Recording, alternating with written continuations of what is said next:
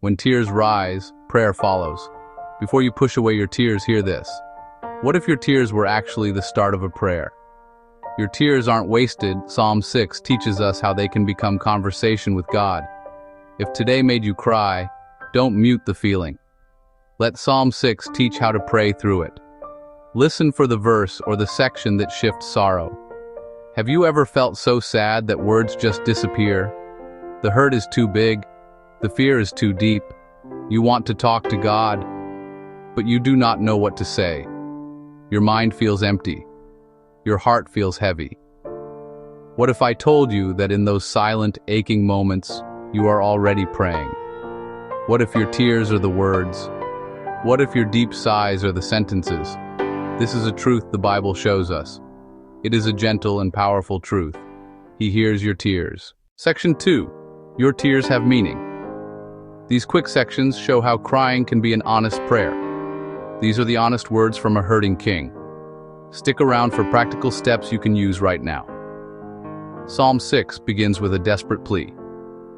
David says, "Lord, do not rebuke me in your anger or discipline me in your wrath." Imagine saying that. Your tears can speak to God.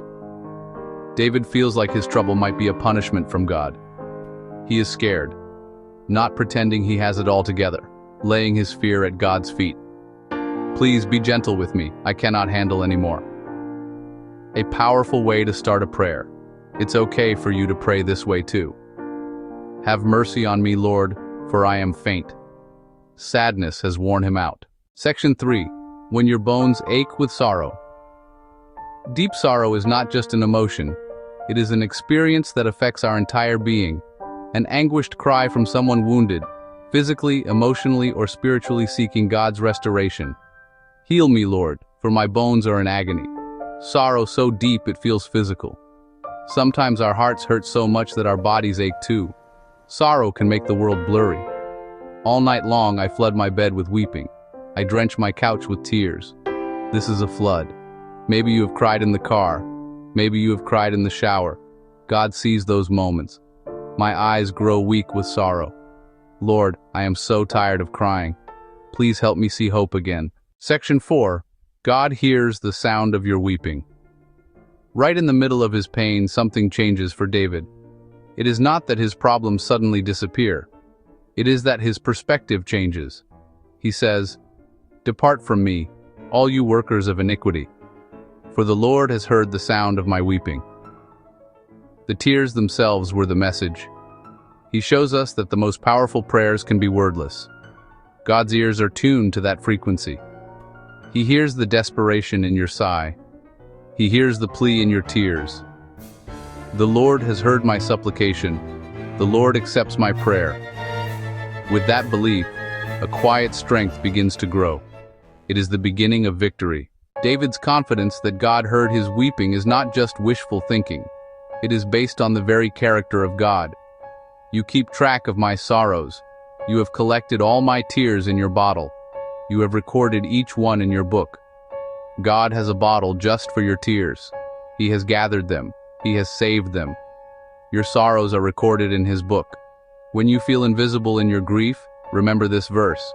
Your tears are in his bottle. He knows the story behind each one.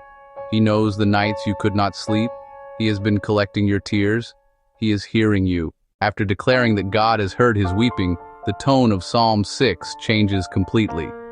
David moves from pleading to proclaiming the defeat of his enemies. Let all my enemies be ashamed. Let them turn back and be put to shame suddenly.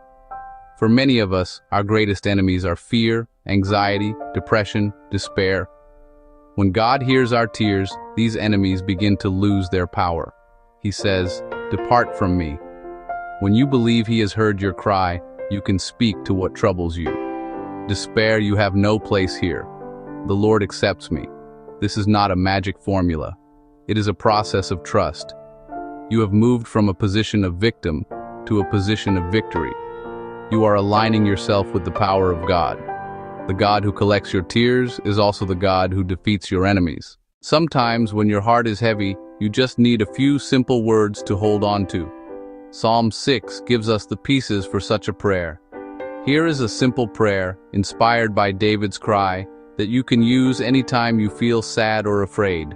You can pray, "Lord, have mercy on me. I am so tired." Then, "Heal me, Lord. My heart is hurting." Finally, "Thank you for hearing my tears. Please stay close to me."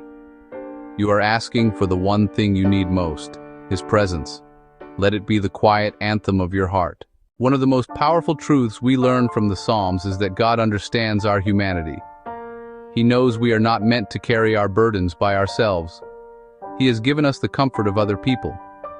It is okay to let a trusted friend know that you are hurting. A friend who listens without judging is a gift from God. Carry each other's burdens. Sometimes it is wise to seek a pastor, a spiritual director, a professional counselor. There is no shame in asking for this kind of help. It is a sign you are taking your healing seriously. For thousands of years, people have found their story in Psalm 6. You are connected to King David and to Jesus, a man of sorrows, acquainted with grief. You do not carry your pain alone. He is carrying it with you. The journey through sorrow is not a straight line. It has twists and turns. It has good days and bad days. The message is enduring hope. God is with you in the process. He hears your first tear and stays until you can sing a new song. Your night of weeping will not last forever. First, hold on. Just for today, choose to believe God is with you. Remember God collecting your tears. Your pain is seen. Your pain matters. Second, be honest. Tell Him how you really feel. Don't edit your prayer. Let your tears be your prayer. He will hear your weeping. Finally, trust. Your tears are not the end of your story. A new song is being written for you right now. Trust the songwriter. He is faithful.